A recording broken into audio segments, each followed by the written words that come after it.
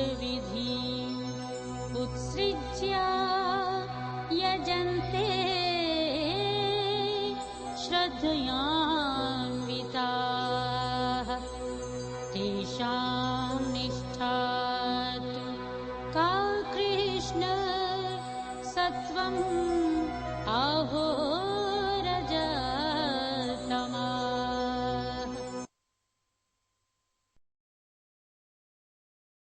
सबके लिए शास्त्र जानना आसान नहीं। जानना अगर संभव भी हो जाए, लेकिन उसको अपने दैनिक कार्यों में लाना तो और भी मुश्किल है। किंतु ऐसा भी तो हो सकता है कि कोई मनुष्य ऐसी पूजा कर रहा है जो शास्त्र के अनुसार तो नहीं, लेकिन उस मनुष्य की श्रद्धा पूर्ण है। मनुष्य की श्रद्धा को आप दोष नहीं दे सकते, तब क्या उसकी पूजा मान्य होगी? ऐसा ही सवाल करते हुए अर्जुन कहते हैं, हे कृष्ण, जो मनुष्य शास्त्र विधि को त्याग कर श्रद्धा से युक्त हुए देव आदि का पूजन करते हैं, उनकी स्थिति फिर कौन सी है? सात्विकी है या राजसी या तामसी?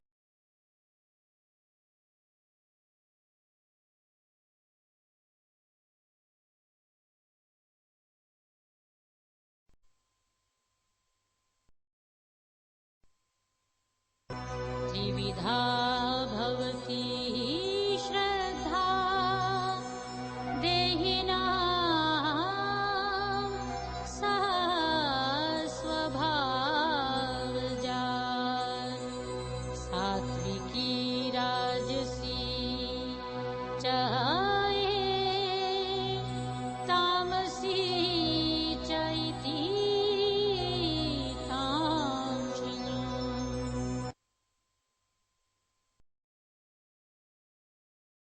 में आपकी श्रद्धा होती है।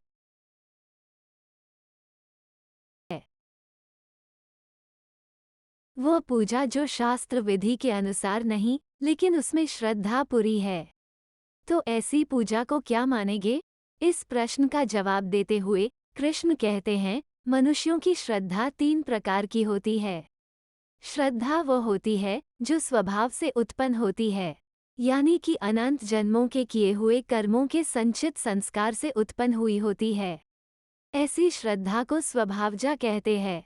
यह 3 तरह की होती हाँ, सात्विकी, राजसी तथा तामसी।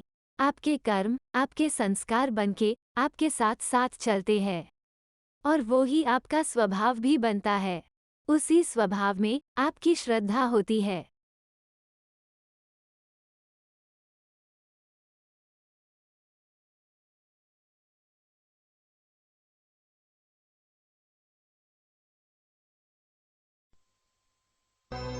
सत्त्वानुरूपा सर्वस्य श्रद्धा भवति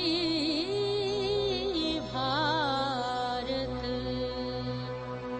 श्रद्धामयाः अयं पुरुषाः यः यच्छ्रद्धसाः एव सः।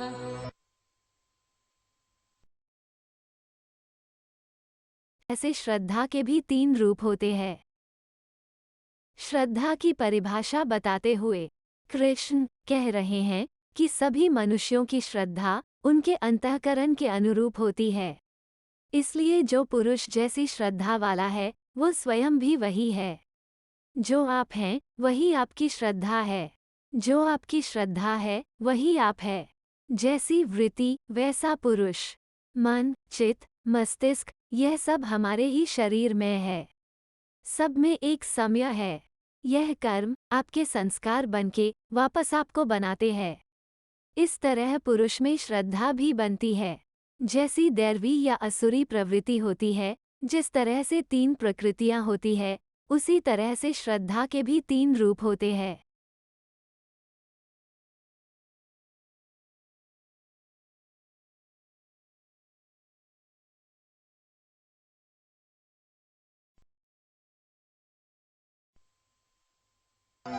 यजन्ते सात्विकाः देवान् यक्षरक्षांसि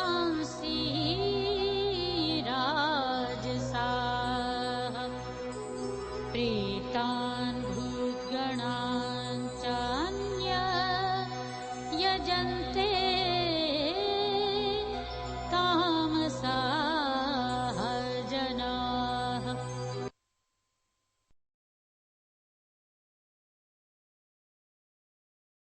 श्रद्धा के रूपों को समझते हुए कृष्ण तीनों रूपों की पहचान कर रहे हैं। सात्विक पुरुष देवों को पूजते हैं, राजस पुरुष यक्ष और राक्षसों को तथा अन्य जो तामस मनुष्य है वह प्रेत और भूतगणों को पूजते हैं। जिसका जैसा स्वभाव है, जैसी जिसकी प्रवृत्ति है, जैसी जिसकी श्रद्धा है, उसका इष्ट, उसका भगवान भी वैसा ही है। दोस्तों, आप इन 3 प्रकारों को इस तरह से सोच कर देखिए, जब आप सिर्फ पैसे के लिए काम करते हुए कुछ भी अपराध करने को तैयार हो जाते हैं, तो आप किसको पूज रहे हैं? और अपने काम को कर्तव्य समझ, पूरी निष्ठा और ईमानदारी से जब करते हैं, तो किसको भजते हैं?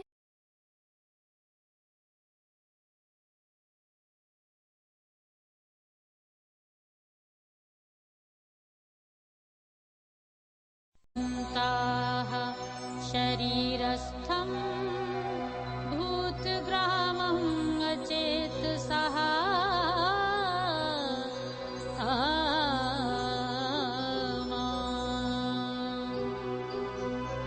च एवन्तः शरीरस्थं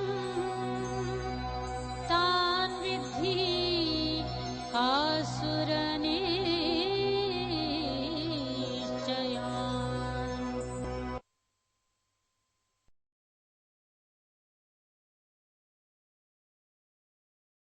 इसमें कोई शक नहीं रह जाता कि यह लोग असुरी हैं। इसलिए इनकी संगत बहुत ही ज्यादा बुरी होती है। दोस्तों,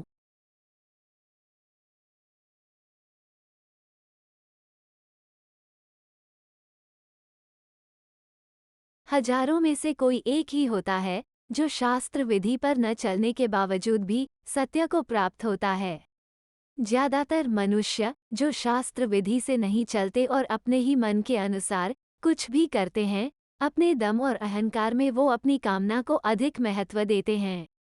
अपनी आसक्ति और बल के अभिमान पर वो कुछ भी करने को तत्पर रहते हैं। ऐसे पुरुष असुरी होते हैं। इस तरह के पुरुष अविवेकी की होते हैं, यानी कि सही और गलत में फर्क करने की क्षमता इनमें नहीं होती। यह पुरुष अपने गलत उपवास आदि की वजह से सिर्फ अपने शरीर को ही नहीं सुखाते, बल्कि अपने अंदर मौजूद आत्मा यानी कि कृष्ण को भी परेशान करते हैं। इसमें कोई शक नहीं रह जाता कि यह लोग असुरी हैं।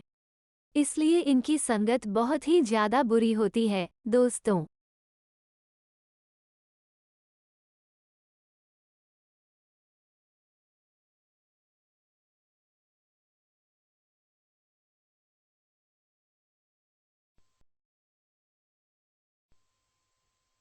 हाराः तु अपि सर्वस्य त्रिविधाः भवति प्रियाः यज्ञाः तपः तथा दानं तेषां भेदम् इमं शृणु।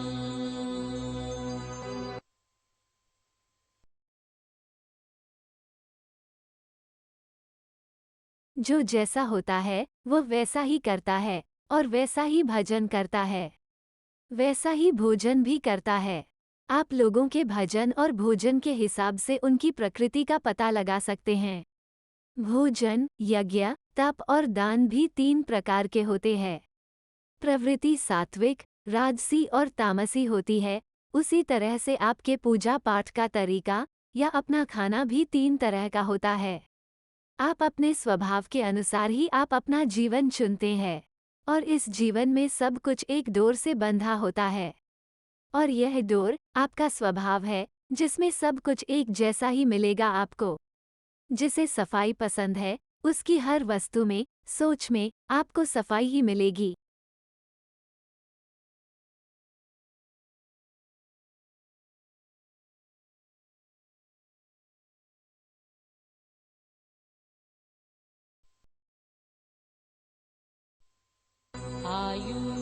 सत्व बल आरोग्य सुख प्रीति विवर्धनाः रस्याः स्निग्धाः स्थिराः हृद्याः आहाराः सात्विक प्रियाः।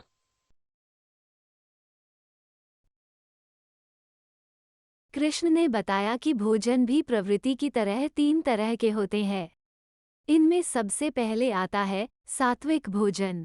ऐसा भोजन होता है जो रस युक्त होता है, चिकना और स्थिर यानी कि स्टेबल रहता है। दोस्तों, स्थिर रहने वाला खाना वो होता है जिसका सार हमारे शरीर में बहुत समय तक रहता है, और ऐसा खाने से हमारी आयु, बुद्धि और बल बढ़ता है।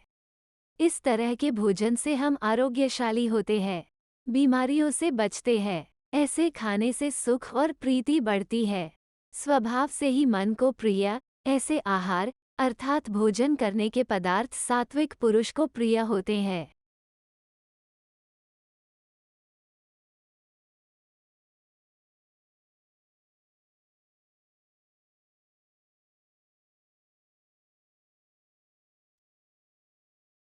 कट्वमललवणात्युष्ण तीक्ष्ण वृक्ष विदाहिना आहाराः राजस्यायिष्टाः दुःखशोकामयप्रदाः। 3 तरह के खानों के भेद बताते हुए इस श्लोक में कृष्ण राजसिक खाने का भेद बता रहे हैं। क्या होता है राजसिक भोजन? जो खाना कड़वा होता है, खटाश से भरा होता है, यानी कि खट्टा होता है, जिसमें भरपूर लवण यानी कि नमक होता है, एकदम गरम, बहुत तीखा खाना राजसिक होता है। इस तरह का खाना दुख, चिंता तथा रोगों को उत्पन्न करने वाला माना जाता है। स्वाभाविक है कि राजसिक भोजन राजस पुरुषों को पसंद आता है। राजसिक खाने में अति होती है नमक की, गर्मी की, तीखेपन और रूखेपन की।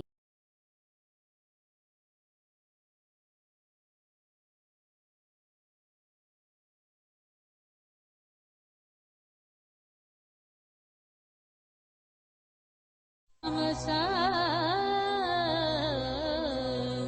प्रियम्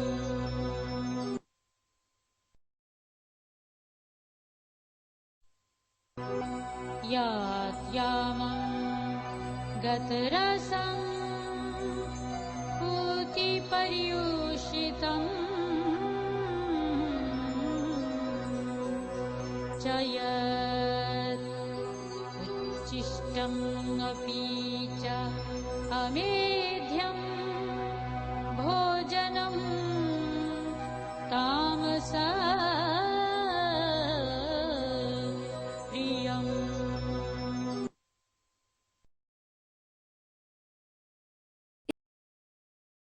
इस श्लोक में कृष्ण तामसिक खाने को डिफाइन कर रहे हैं। दोस्तों, जो भोजन अधपका, रस रहित और दुर्गंध युक्त होता है, यानी कि ठीक तरह से जो खाना पका नहीं होता, जिसमें रस नहीं होता और जिस खाने में से सुगंध न आकर दुर्गंध आती हो, उस खाने को तामसिक माना जाता है। यह सारे गुण बासी और अपवित्र खाने के हैं। तामस पुरुष ही इस तरह के खाने को पसंद करते हैं। अगर राजसिक खाना ही बीमारियों का घर होता है, तो आप समझ सकते हैं कि तामसिक खाने से किस तरह के नुकसान होते होंगे।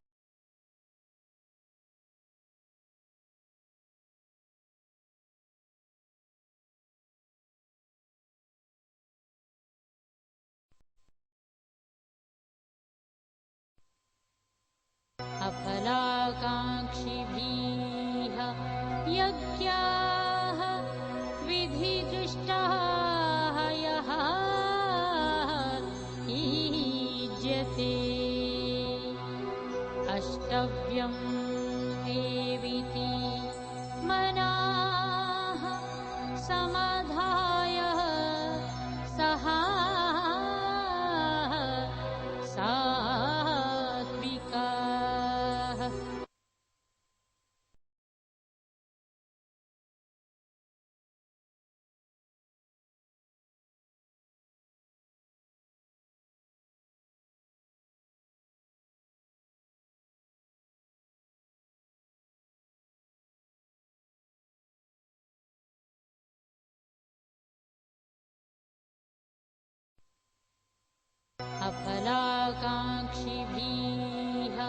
यज्ञाः विधिदृष्टाः यः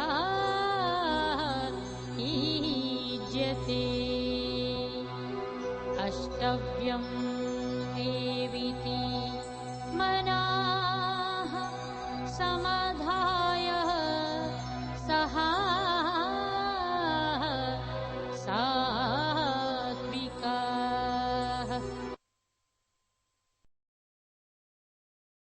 गति को नियंत्रण में रखते हैं, ऐसे लोग ही सात्विक यज्ञ कर सकते हैं और ऐसे किए हुए यज्ञ ही सात्विक माने जाते हैं। कृष्ण यज्ञ यानी कि उपासना पूजा के तरीके को बता रहे हैं। सात्विक यज्ञ किस प्रकार का होता है? जो शास्त्र विधि से नियत है उसी यज्ञ को करना ही कर्तव्य है, यानी कि अपने मन को नियंत्रित करके फल को न चाह के जो यज्ञ किया जाता है वो सात्विक है। दोस्तों, सिर्फ यज्ञ करना ही सब कुछ नहीं, उस यज्ञ को करते हुए, उस पूजा को करते हुए अपने को भी संयम में रखना है। जो अपनी सांसों की प्राण और अपान वायु को संयमित कर कंट्रोल कर अपने प्राणों की गति को नियंत्रण में रखते हैं, ऐसे लोग ही सात्विक यज्ञ कर सकते हैं और ऐसे किए हुए यज्ञ ही सात्विक माने जाते हैं।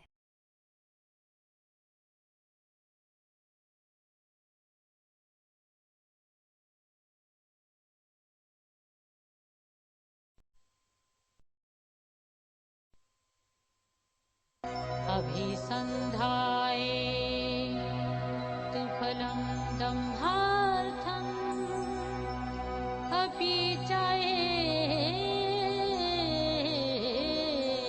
यत् इज्यते भरतश्रेष्ठः तं यक्षं विद्धि राजसम्।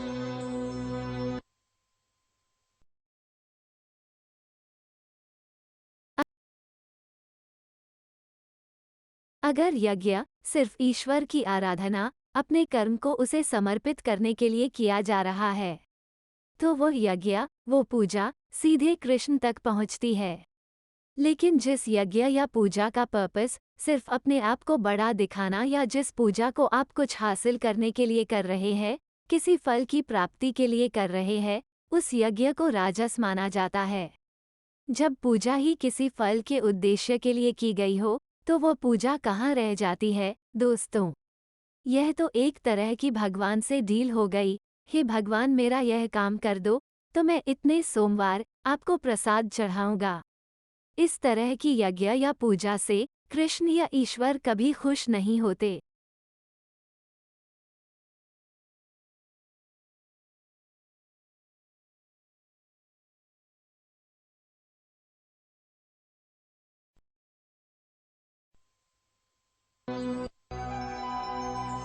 विधिहीनम् असृष्टशानम्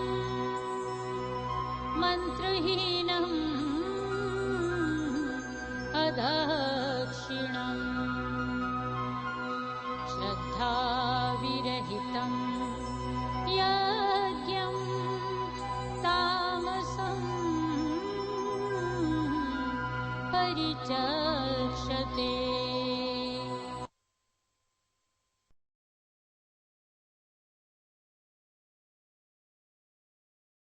जिसे यज्ञ में शास्त्र का बिल्कुल भी सम्मान नहीं किया जाता, जिसमें अन्न दान नहीं किया जाता, ऐसा यज्ञ जिसमें मंत्र नहीं होते, जिसमें दक्षिणा नहीं दी जाती, जिसमें श्रद्धा नहीं होती, ऐसे किए जाने वाले यज्ञ को तामस यज्ञ कहते हैं। जहाँ शास्त्रों के अनुसार मंत्रोच्चारण नहीं हो रहा और जहाँ पर यज्ञ ईश्वर के लिए मन में सम्मान और श्रद्धा ही नहीं, वो यज्ञ कैसे हो सकता है? वो तो एक तरह से आप छल कर रहे हैं। इसीलिए ऐसे यज्ञ को तामस कहा गया है।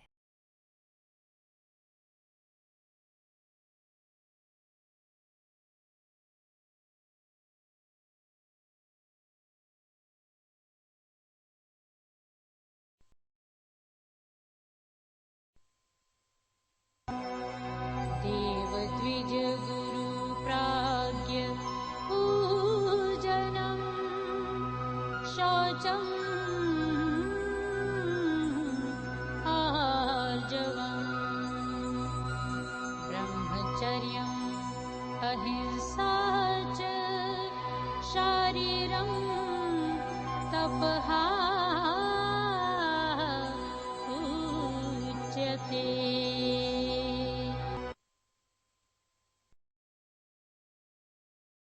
इस तरह के तप को शरीर संबंधी तप कहा जाता है। यह तप जो शरीर से किया जाता है। तप यानी कि तपस्या क्या होती है, कैसे की जाती है और कितने तरह की होती है, इसको समझते हुए कृष्ण कह रहे हैं, देवता, ब्राह्मण और गुरु की पूजा करना ही तप होता है। गुरु का अर्थ आप मानिए कि माता, पिता, आचार्य और वृद्ध, जो आपसे किसी भी प्रकार से बड़े हो, ऐसे लोगों का सम्मान, उनकी कही बातों पर चलना और उनकी पूजा ही तप होता है।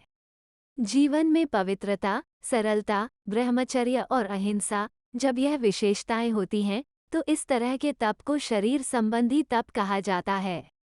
यह तप जो शरीर से किया जाता है।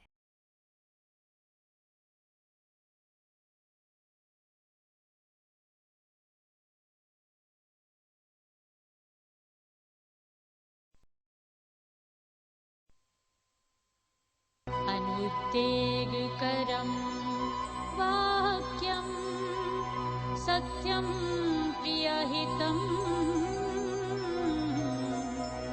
च स्वाध्याययाभ्यसनं च एव वाङ्ग्यं तपः उच्यते।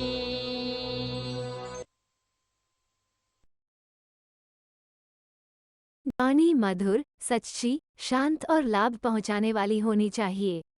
ऐसी वाणी बोलिए जो सबको शीतल करे। जब आप उद्वेग नहीं करते, प्रिय, हितकारक एवं यथार्थ भाषण करते हैं, यानी कि ऐसी बातें करते हैं जो औरों को अच्छी लगे, उन बातों से सबका फायदा हो और यथार्थ हो, यानी वो बातें सच हो, इस तरह के तप को वाणी संबंधी तप कहा जाता है। दोस्तों, उद्वेग न करना यानी कि एक्साइट नहीं होना। जब आप हर हालत में शांत रहते हैं, मन और इंद्रियों द्वारा जैसा अनुभव किया हो, ठीक वैसा ही कहते हैं या यथार्थ भाषण करते हैं, वेद शास्त्रों का पाठ और परमेश्वर के नाम का जप करते हैं, तो यह वाणी संबंधी तप होता है। वाणी मधुर, सच्ची, शांत और लाभ पहुंचाने वाली होनी चाहिए। ऐसी वाणी बोलिए जो सबको शीतल करे।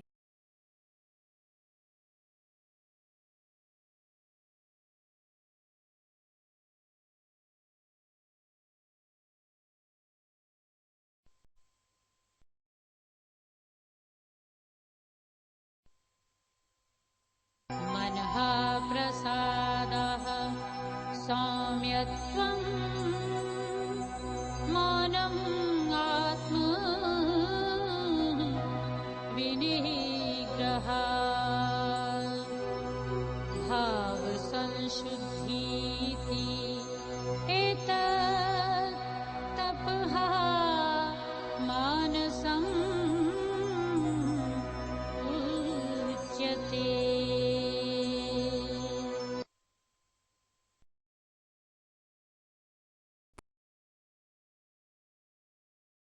तप की एक और विशेषता बताते हुए कृष्ण कहते हैं कि मन में प्रसन्नता होनी चाहिए, मन इधर उधर ना भाग रहा हो, शांत भाव में हो और मन में भगवान को याद करने का भाव होना चाहिए। जब मन इस तरह की अवस्था में होता है, तब उसे मन संबंधी तप कहा जाता है। मन का निग्रह यानी कि मन को सब ओर से मोड़ के सिर्फ उस परमात्मा पर केंद्रित कर लेना और साथ में अंतःकरण के भावों की भलीभांति पवित्रता। जब यह संभव होता है तो मन संबंधी तप कहलाता है। और यह तप शरीर से भी होता है, वाणी से भी होता है और जैसा कृष्ण ने बताया, मन से भी होता है।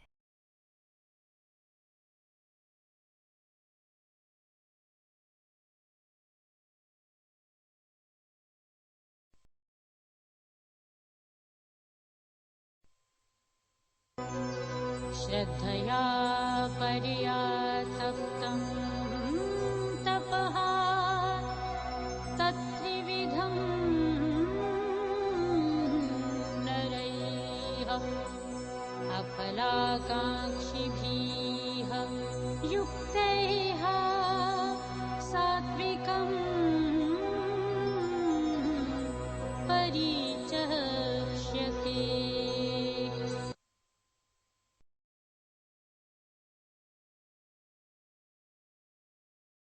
जब देवता, ब्राह्मण और गुरु की सच्चे मन से पूजा की जाए तो वो शरीर संबंधी तप होता है। अच्छी वाणी से सबको अच्छा लगे, सच बोला जाए और सबका भला हो, वो वाणी संबंधी तप होता है।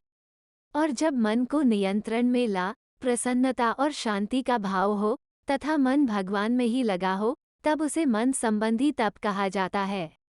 फल को न चाहने वाले योगी पुरुषों द्वारा परम श्रद्धा से किए हुए इस तरह के 3 प्रकार के तप को सात्विक तप कहते हैं।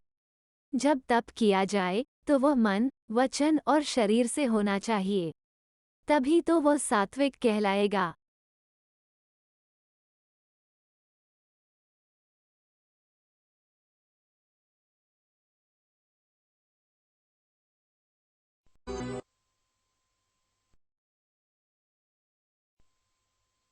तत्कर्माणि पूजार्थं तपः दम्भेन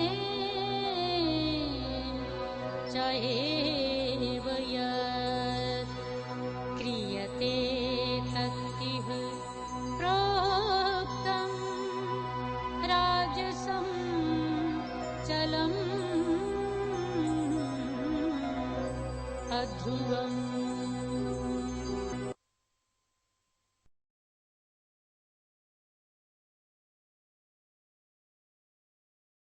में खत्म हो जाएगा। जो तप सत्कार, मान और पूजा के लिए किया जाता है, जैसे कि कोई बहुत बड़ा ब्राह्मण है, यह बहुत बड़ा विद्वान है, इसलिए उसके पैर धोकर उसका सत्कार किया जाए, तब वह तप राजसी कहा जाता है। जब तप में पाखंड आ जाए, यानी कि श्रद्धा की जगह सिर्फ दिखावा करना ही इरादा हो, यह दिखाना कि कितनी बड़ी पूजा या यज्ञ किया जा रहा है, तब वो तप राजसिक कहलाया जाता है। इस तरह के राजसी तप से जो फल होता है वो अनिश्चित होता है।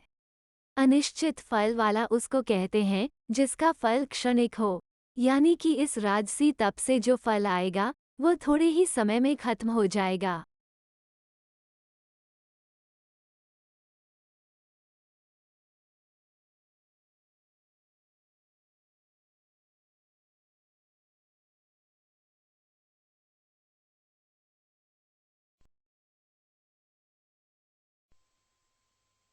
मूढग्राहेण आत्मनः यत् पीडया क्रियते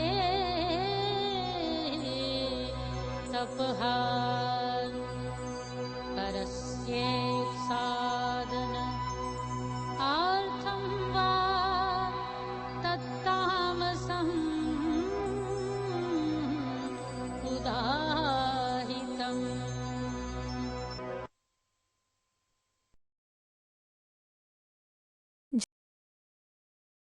जो तप मूर्तापूर्वक हद से किया जाए वो तामसिक श्रेणी में आता है। समझदारी की जिद दृढ़ निश्चय होती है, उसी तरह बेवकूफ़ी में जो जिद होती है ना दोस्तों, वही मूर्तापूर्वक हठ होता है। तामसिक तप दूसरे को मन, वाणी और शरीर की पीड़ा देने के लिए किया जाता है। बुरा सोचना, बुरा कहना और दूसरे के शरीर को नुकसान पहुंचाना ही उसका पर्पस होता है। इस तप का उद्देश्य दूसरे का अनिष्टा होता है। जब दृष्टिकोण ही दूसरे को पीड़ा या दूसरे को नुकसान पहुंचने का हो तो उससे क्या अच्छा निकलेगा। ऐसे तप को इसीलिए सबसे बुरा बताया है।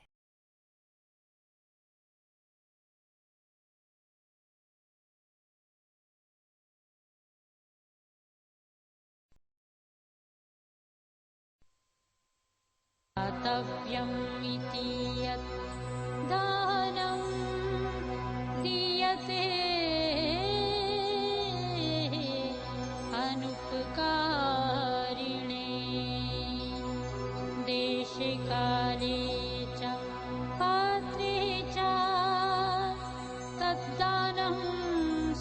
सात्विकं समृतम्।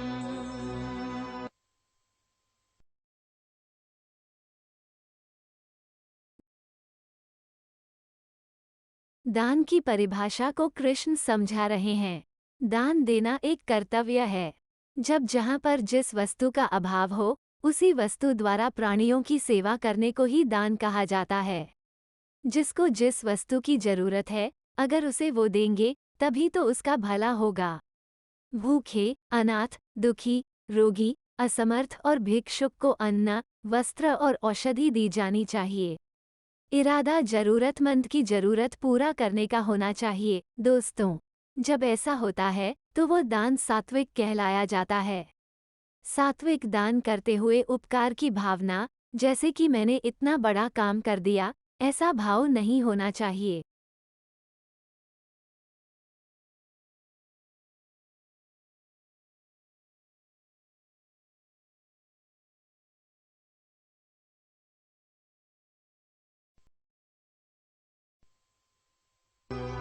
यत्तु प्रत्युपकारार्थं फलमुद्दिश्य वा पुनः दीयते च परिक्लिष्टं तद्दानं राजसं समृतम्।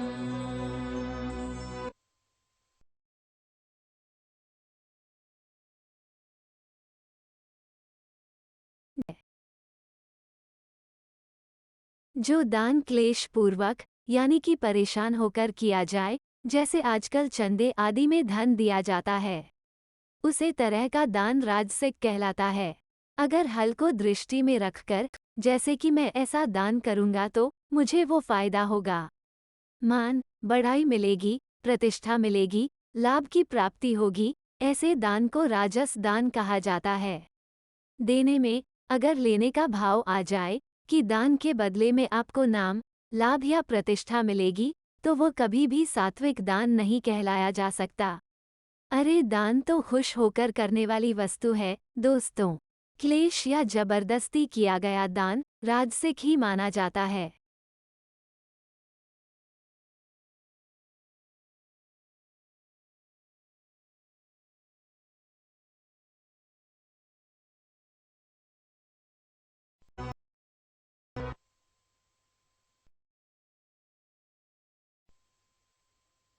अदेशकाले यद्दानम् अपात्रेभ्यः च दीयते असत्कृतम् अवज्ञातं तत्तामसम् उदाहीतम्।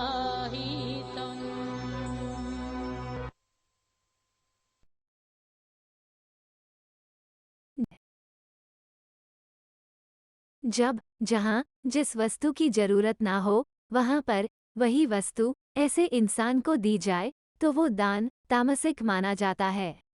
अगर आप चोर को दान देते हैं, तो उसका क्या प्रयोजन हो सकता है? जिस दान में सत्कार नहीं, यानी कि बिना सम्मान के जब किया जा रहा है, तब वह दान तामसिक कहा जाता है। ऐसा कहा जाता है कि कुपात्र को, यानी कि बुरे आदमी को, दान देने से खुद देने वाला ही नष्ट हो जाता है। इसलिए तामसिक दान बहुत ही बुरी चीज है। हमारे अपने जीवन में भी कई बार ऐसा होता है। जब बिना सम्मान, बिना जरूरत हम गलत लोगों को दान देते हैं, वो तामसिक दान ही होता है।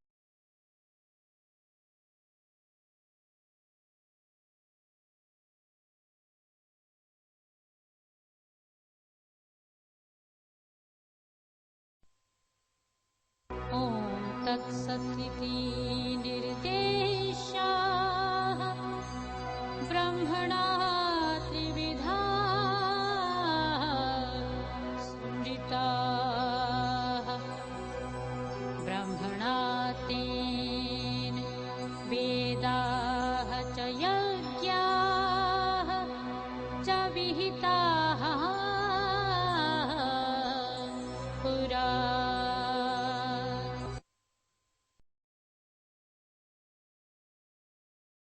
और उनका संकेत भी देते हैं।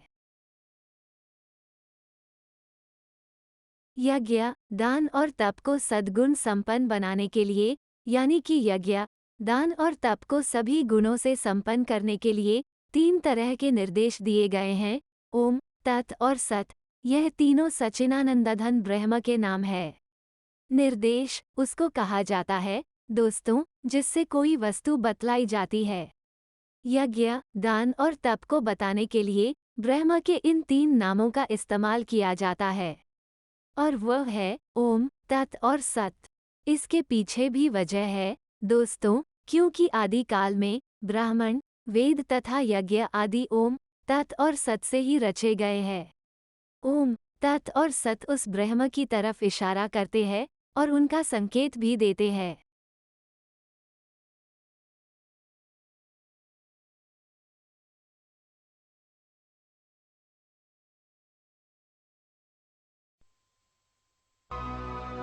तस्मातोमिति उदाहृत्य यज्ञदानतपः क्रियाः प्रवर्तन्ते विधानोक्ताः सततं ब्रह्मवादिनाम्।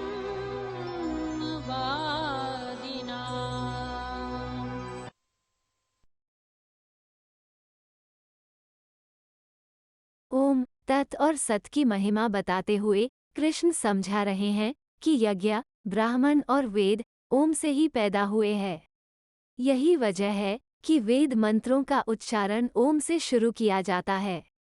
श्रेष्ठ पुरुषों की शास्त्रविद से नियत यज्ञ, दान और तप रूप क्रियाएं सदा ओम, यानी कि परमात्मा के नाम के उच्चारण करके ही आरंभ होती है। ओम शब्द की बहुत बड़ी महिमा है। इसे नाद स्वर, ब्रह्मनाद, यानी कि बिग बैंग के समय होने वाली ध्वनि भी कहा गया है। दोस्तों, ओम ही हमारी सबसे बड़ी सच्चाई है। ओम ही हमारी आत्मा है।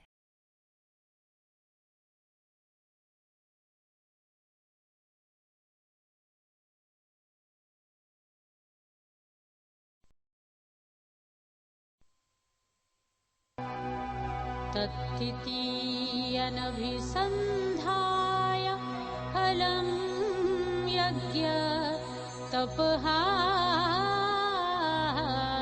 क्रियाः दानक्रियाः च विविधाः क्रियन्ते मोक्षकाङ्क्षिभिः।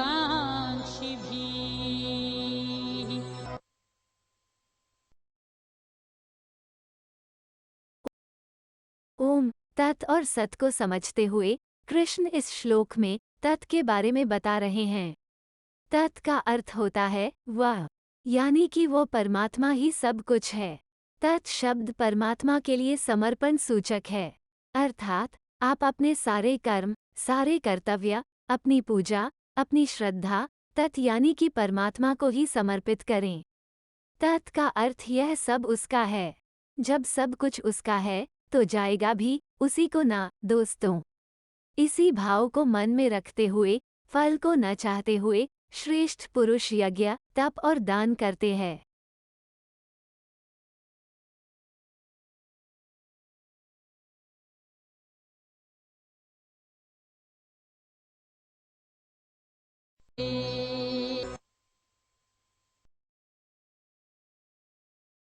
इसीलिए आप सच का सम्मान करना सीखें, दोस्तों।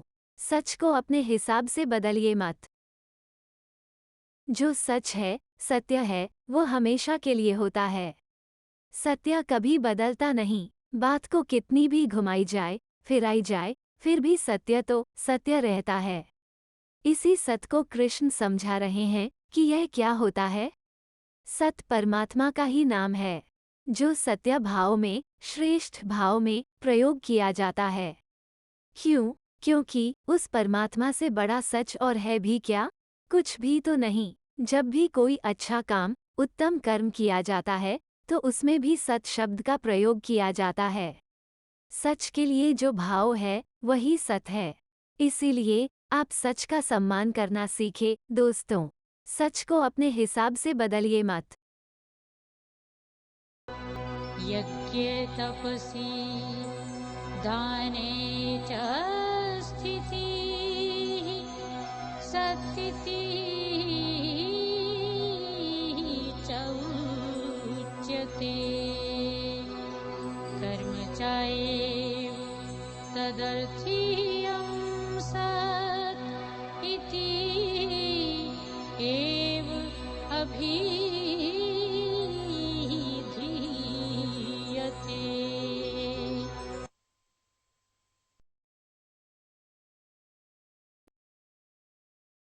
जब परमात्मा सबसे बड़ा सच है तो उसको प्राप्त करने के लिए जो काम किए जाते हैं उत्तम कार्य, वह भी सच ही हुए ना। यानी कि यज्ञ तप और दान में जो स्थिति होती है उसे भी सत ही कहा जाता है। यज्ञ तप और दान ऐसे कार्य है जो आपको परमात्मा तक ले जाने का काम करते हैं। इसीलिए उनसे होने वाली स्थिति सत होती है। सच्चे मन से यज्ञ तप या ज्ञान जब भी किया जाता है अपने हर कर्म को उसी परमात्मा को सौंप दिया जाता है। कर्ता खुद को न मान अपने पर घमंड किए बिना जब आप परमात्मा की तरफ बढ़ते हैं तो वो सत ही कहलाता है।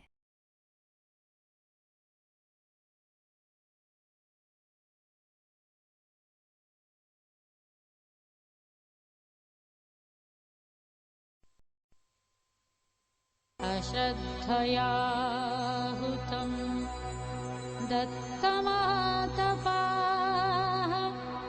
तप्तं कृतं च यत् असत् इति उच्यते पार्थ न च तत्प्रीत्या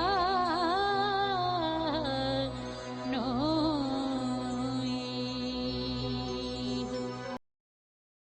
अनडिफाइंड जिस काम को करने में झूठ शामिल हो तो उसे काम का अंत क्या सच हो सकता है? जहाँ नींव झूठी हो वहाँ क्या ऊंचाई सच्ची हो सकती है? कभी नहीं। काम हो, रिश्ते हो, पूजा अर्चना हो, आपका आधार असत्य नहीं हो सकता। जब यज्ञ तप या दान किसी फल की वजह से, लोभ की वजह से किया हो, जब काम करने में श्रद्धा नहीं होती और मंतव्य कुछ और ही होता है, तो इस तरह के सारे काम, सारी क्रियाएं सब असत कही जाती है। सत से ठीक उल्टा होता है असत। ऐसे झूठे काम न तो इस लोक में होते हैं और न ही मरने के बाद।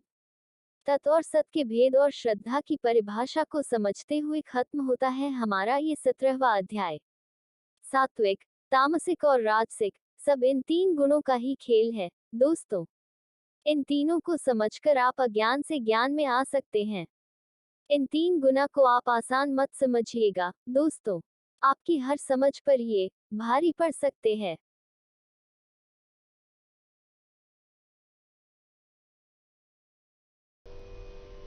ॐ तत्सदिति श्रीमद्भगवद्गीतासु उपनिषत्सु ब्रह्मविद्यायां योगशास्त्रे श्रीकृष्णार्जुन संवादे श्रद्धात्रयविभाग योगो नाम सप्तदशोऽध्यायः।